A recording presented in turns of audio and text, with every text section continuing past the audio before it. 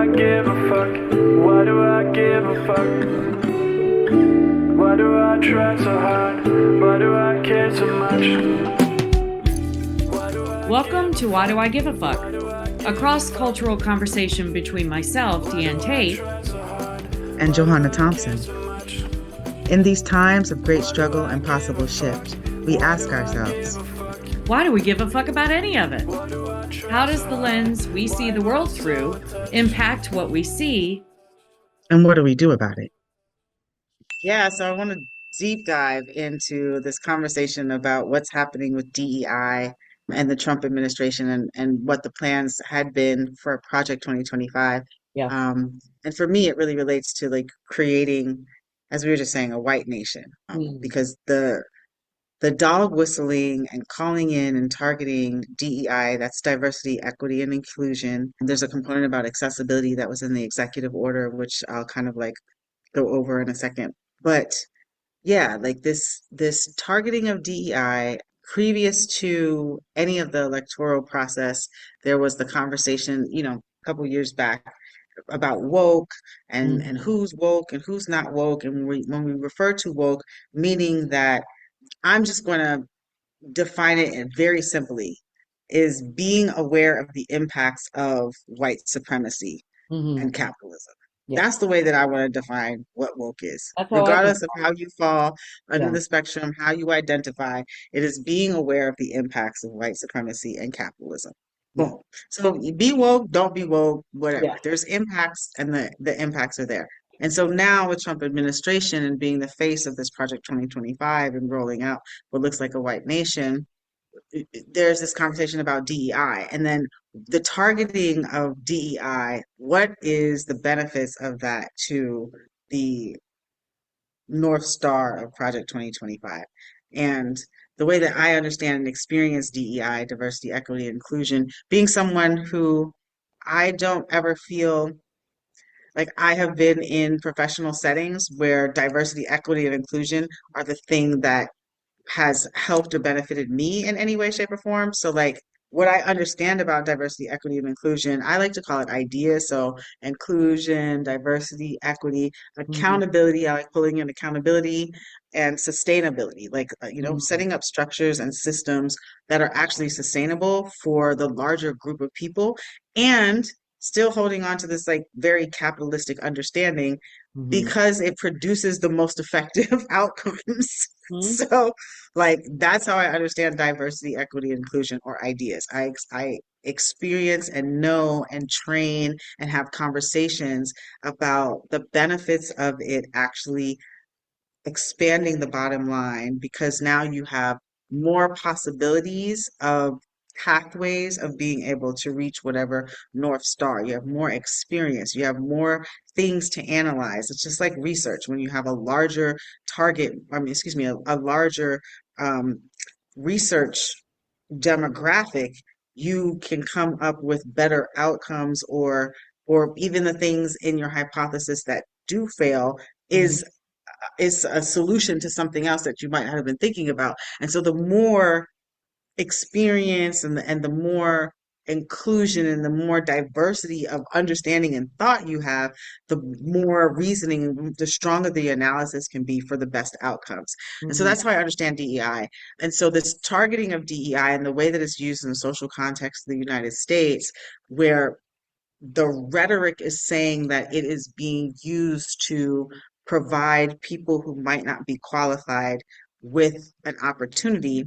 I'm offering the thought process with the people who are more qualified have never had the opportunity to be in positions of quality. And throughout the history of the United States, you see that even if we're just looking into our entertainment for those of us who are not documentarians or historians or anything like that, and we're looking at, the women that helped get the spaceship up to space back in the day, right? Before Right. Before there was policies and programs that allowed people with high levels of skill to Right. be operating in positions of skill because it was heavily white male operated, and there was even white females who could only do secretarial positions. And then Right. there was a whole bunch of black identified people and black females in particular doing math calculations that were never ever um, acknowledged, violated, shared with anybody, but the resource was used to have the outcome. So like when we think about things like that, just like that one example that actually had the United States falling behind in Mhm. their ability to be exploratory in space because they weren't using all of the wealth of knowledge that was around them. That's what we see when we start targeting something like DEI. We forget that those of us who have more skill to be in position need to have access and opportunity to be in position so that we have better outcomes because it really does expand and evolve what already exists. Because obviously, what already exists is at its limit because we got to what exists. So now trying to create beyond what exists, you need a more expanded thought process because Mhm. that's how we do, that's how we evolve. Yeah. Anyway, I'm taking up my DEI time. It's all I'm you. passing it and I'm passing it on to you, white identified women, so that look, we're sharing the space. Nobody is getting hurt and harmed, but we all Yeah, can good share the space here. and offer each other information. Good here. Yeah, Yeah. I years ago I did a training called Racial Equity Institute training, and it was this was in the early time of my awakening, and it broke me wide open in terms of the things that I learned in terms of the timeline of white supremacy and how it manifested itself in when my ancestors colonized this land, that this is how it all went down. So it was a timeline of events. And I remember one of the teachings that really impacted me was the information around the birth of affirmative action and Mm, what it was what the intention of creating it was in the early days. And this was in the 1600s, 1700s, way back in the early days, even before this country was a country. The rule, or the guidelines for affirmative action, and I'm not sure they called it that at that time, but it was intentioned to make sure that whiteness would be acknowledged and afforded access. So it wasn't, I always thought of affirmative action because of the time frame that I grew up in.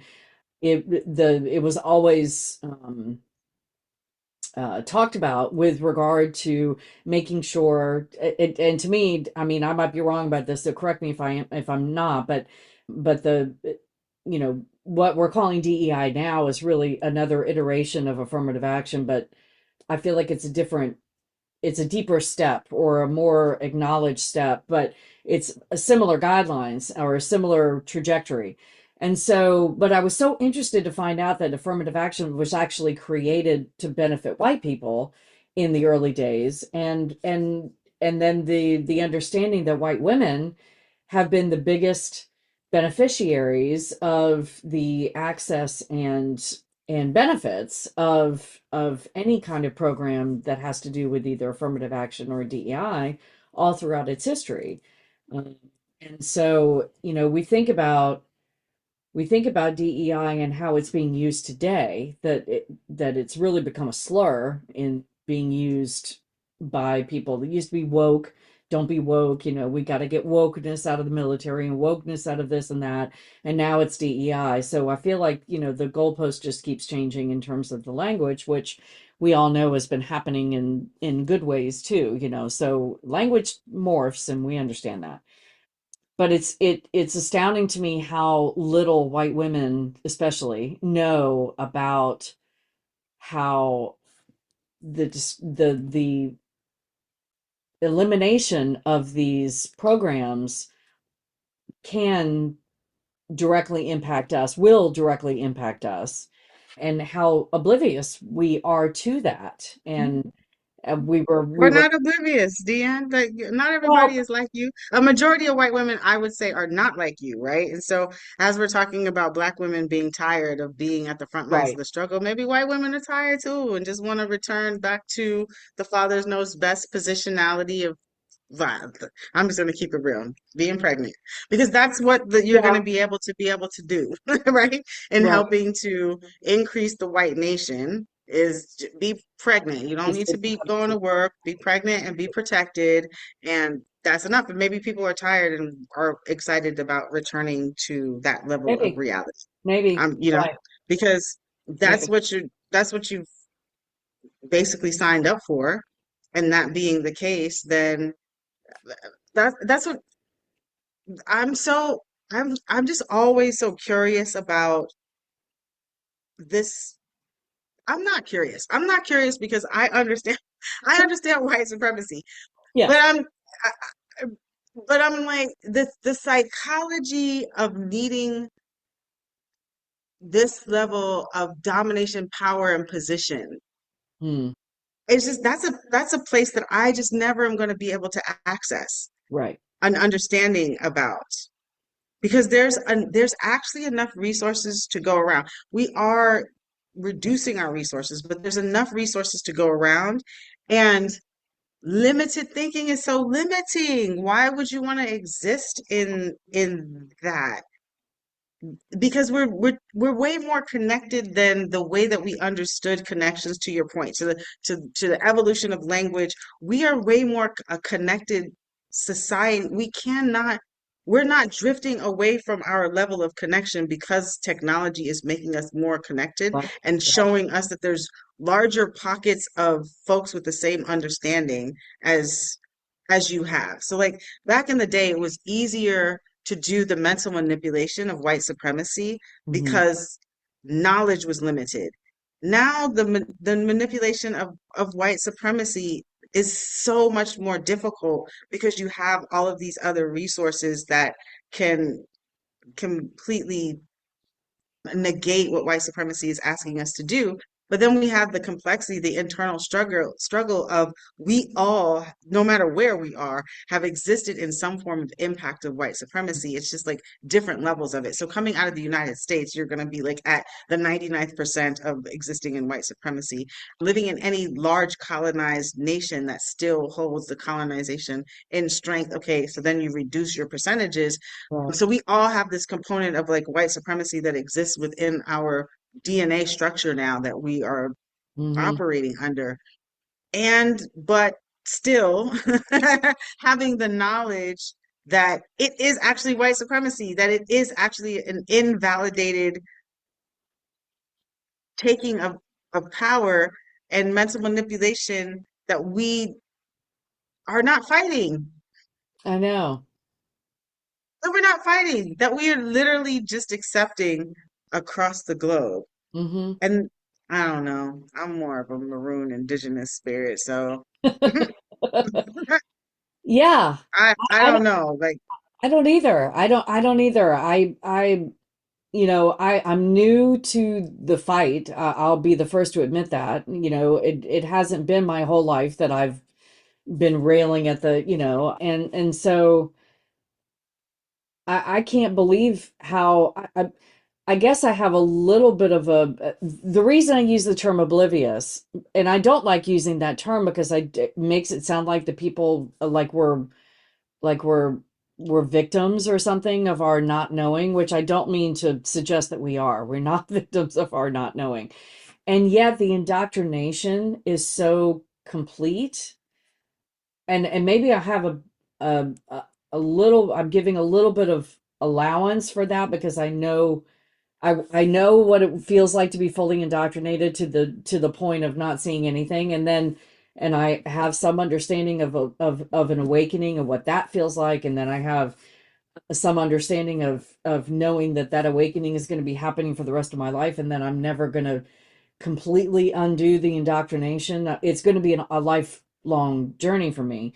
So I understand all of that, and but you and I were talking before we came on the recording that it's like the highest level of mental illness to Mhm. to and You're I saying don't, that for other.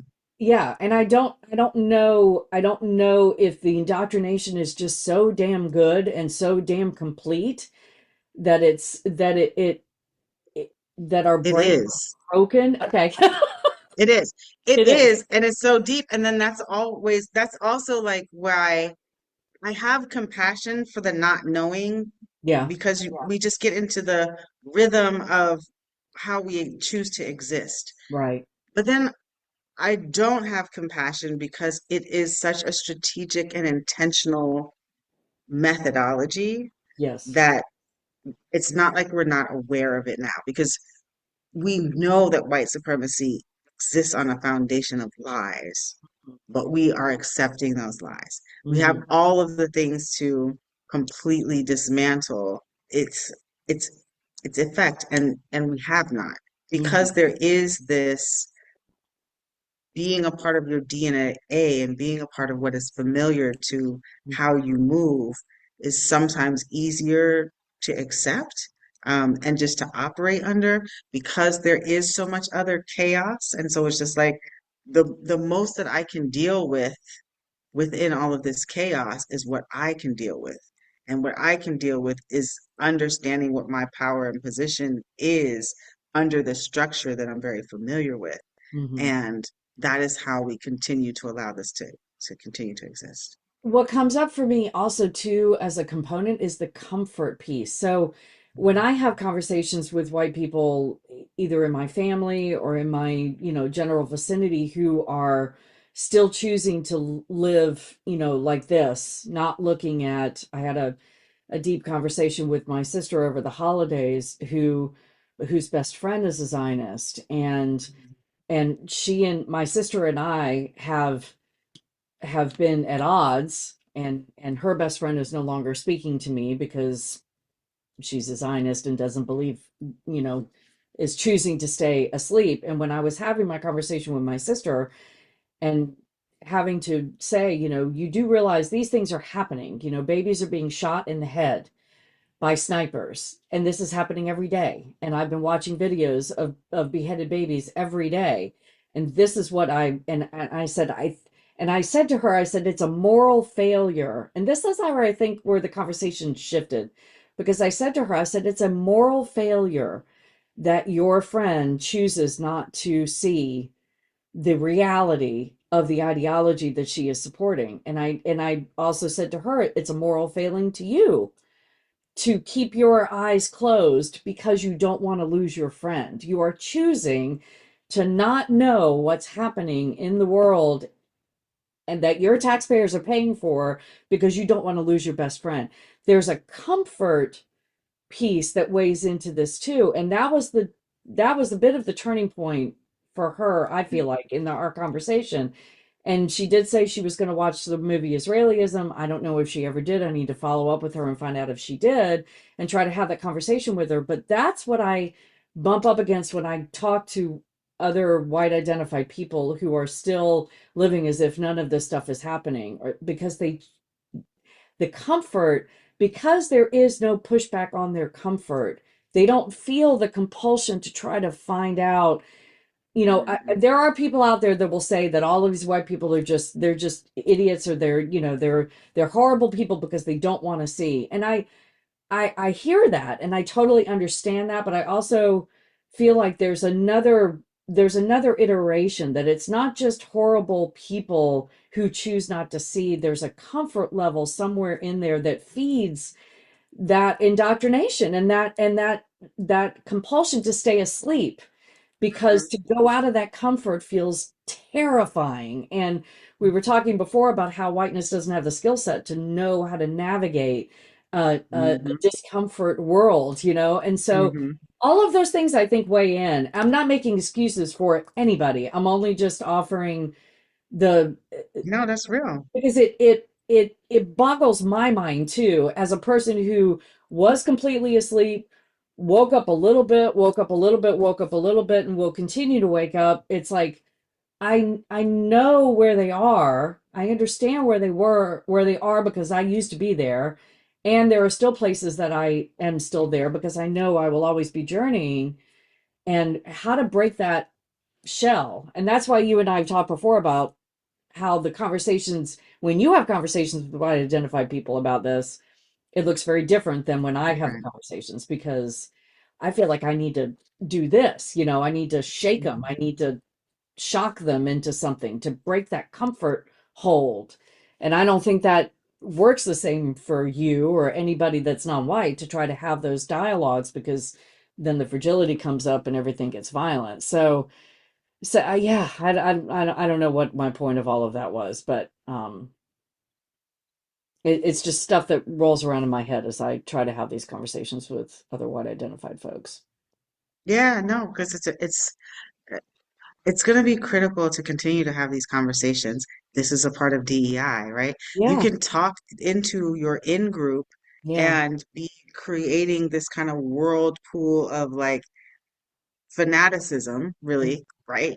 Or you can talk to your in group and say, curious about this other in group and what it is that they're thinking and how the impacts are on them, and check in with this group and what are the intersections across these groups. That's what DEI lends for us. And if we don't have access to the minds and the thought processes of other experiences, then mhm, it's really it's just there's no benefit. Like you lose. You do lose from that. You lose from it from an economic perspective. You lose from it from a social perspective. You lose from it from a health perspective, right? right. Because we don't exist as the same beings. We are all humans, but we have different experiences. We have, our blood is the same and our DNA is human DNA, Mhm, but our experiences and the way that manifests itself is completely and totally different.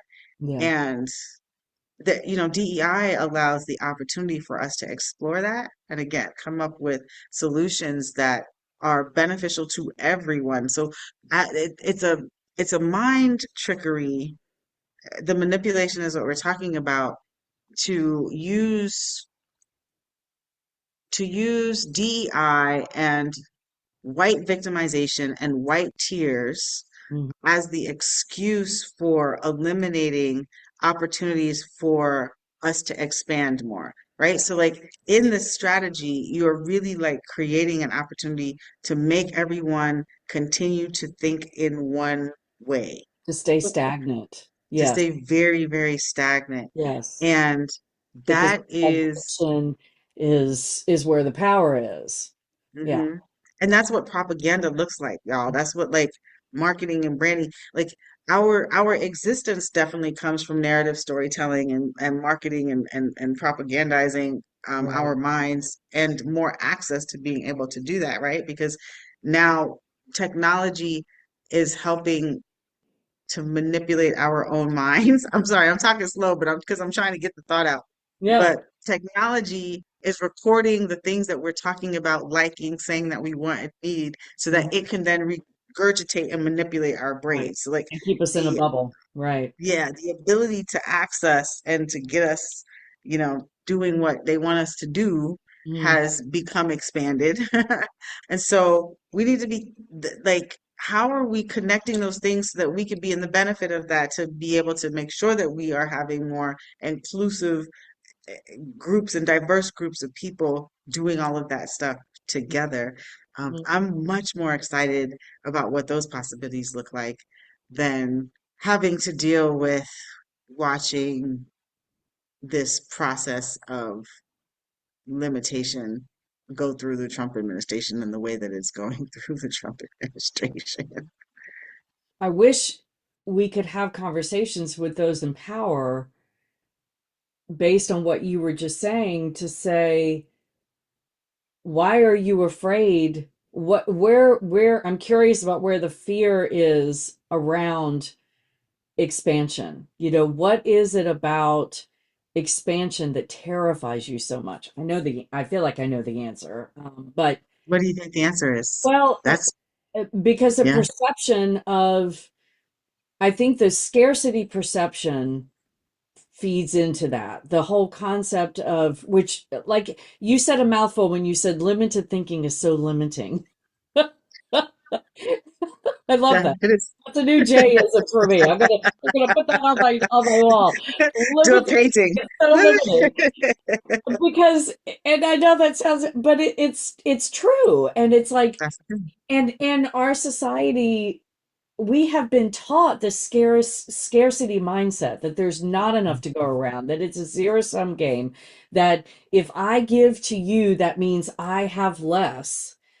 That almost everything in our society is framed with that foundational framing. Mm, mm. So, and so the concept of no, abundance is actually the reality, that what you give out comes back to you tenfold. That's something that I learned when I used to attend the Unity Church, and I love that concept, that what you put out into the world comes Yeah, back. man. And that's so true. That's so much more of the truth. And that, So yeah, much more of the that truth. is the Yeah, truth. But for that's our so much more of the truth. society, look, so if you think back to when my ancestors colonized this land, we came to this land because we were Mhm. fleeing persecution. We for and Limited thinking, perceived power and persecution. control. Right, right. Yes. So we For came to this abundance. land, and we Yeah, saw it, and we said we want this.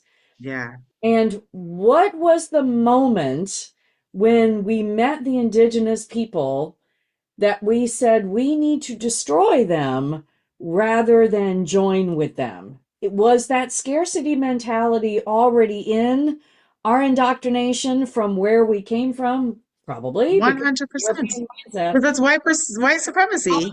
Right, right. White supremacy. So White supremacy that goes and says, right, I found a land where millions of nobody people was there. existed in civilization. Right. That's the psychology of that, that just because you don't look white identified, that means that That you means you're not are not to be worthy. counted as Right. existing as human. Well, it's what happened in Palestine, a land without a people for a It's people without a land. So, it's happened everywhere. It has happened everywhere. everywhere that So that yeah, white it was the identified imperialism humans have gone. concept, the colonizing concept, right?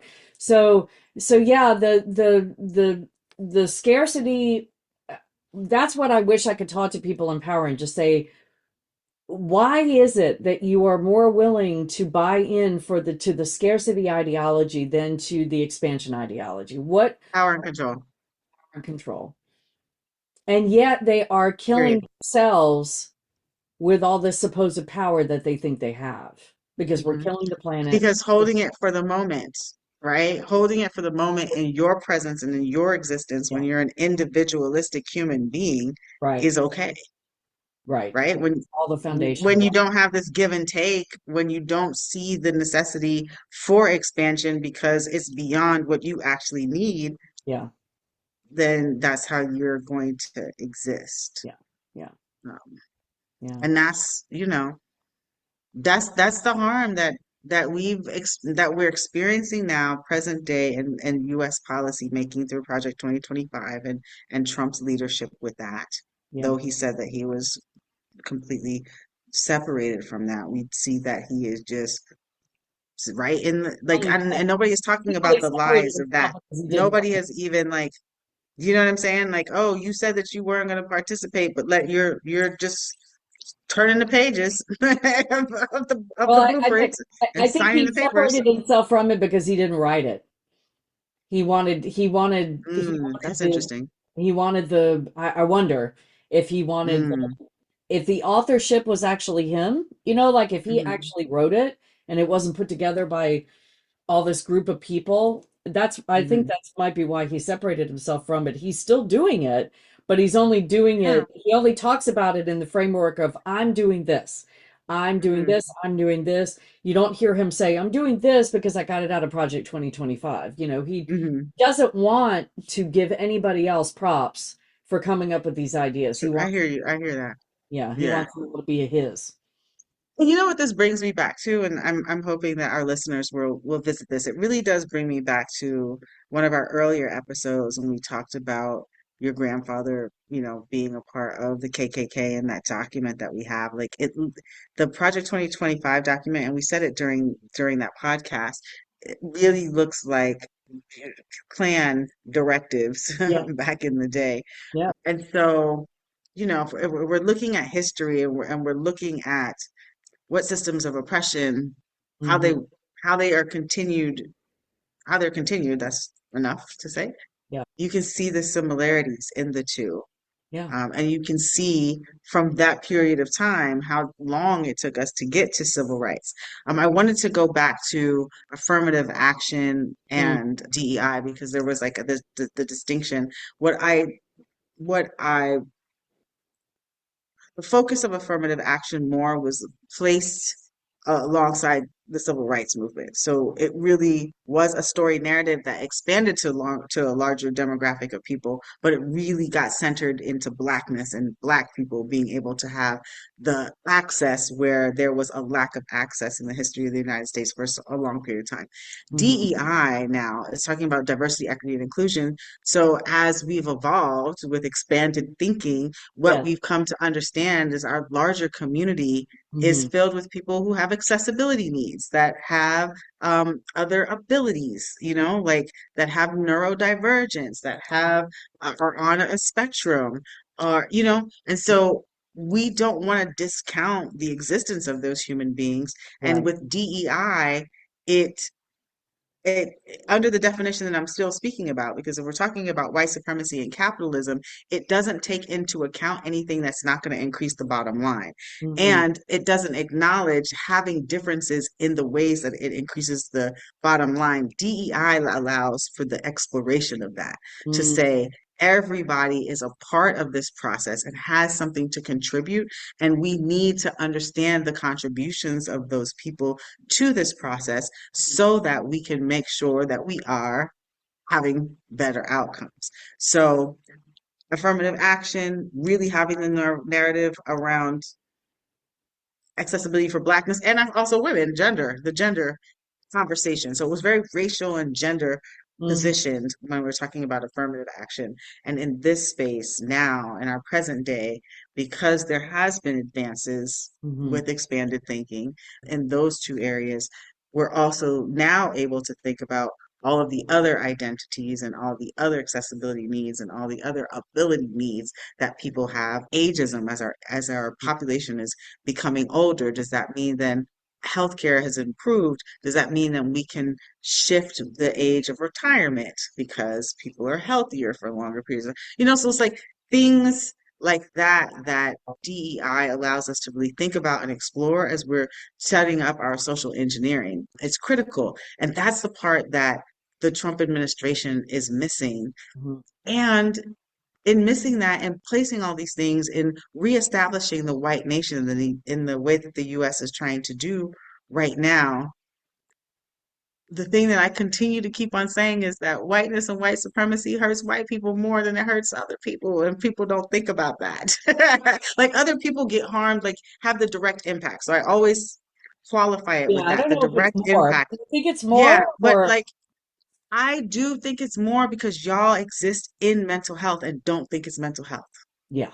That's for damn sure. That's for damn sure. Like so, right? If you work in mental health and you see a person existing in their, let's say, multiple personalities, they don't know that they're existing in their multiple personalities, and they're really in their life, and their life is chaotic and hectic and Hmm. harm. They're in more harm than the person that's watching them, or the Hmm. person that might have met them as the 16-year-old versus the man when they're doing the multiple personality or whatever the person. Do you see what I'm saying? Like Yeah. that person might have an impact of having that engagement, but they're not in the existence of the person with multiple personalities who can't ground themselves. And that's what whiteness is: multiple personalities of stuff that like everyone else is getting impacted by it, but like how do we fix the actual root of sickness? Yeah. Because that's what whiteness exists under: Yeah. sickness. And take care of your sickness. What do I give a fuck? What do Thanks for I joining give a us. fuck? Until next time, What as you do I move try throughout so your day, hard? Why am I continue to so ask yourself, touched? Why do I give a Why Do I fuck? Give a Why Fuck do is I produced give in a fuck? collaboration with Johanna and Why Deanne. do I try Music so by hard? Norwegian Why do musician I care so Water. much? See you next time. Why do I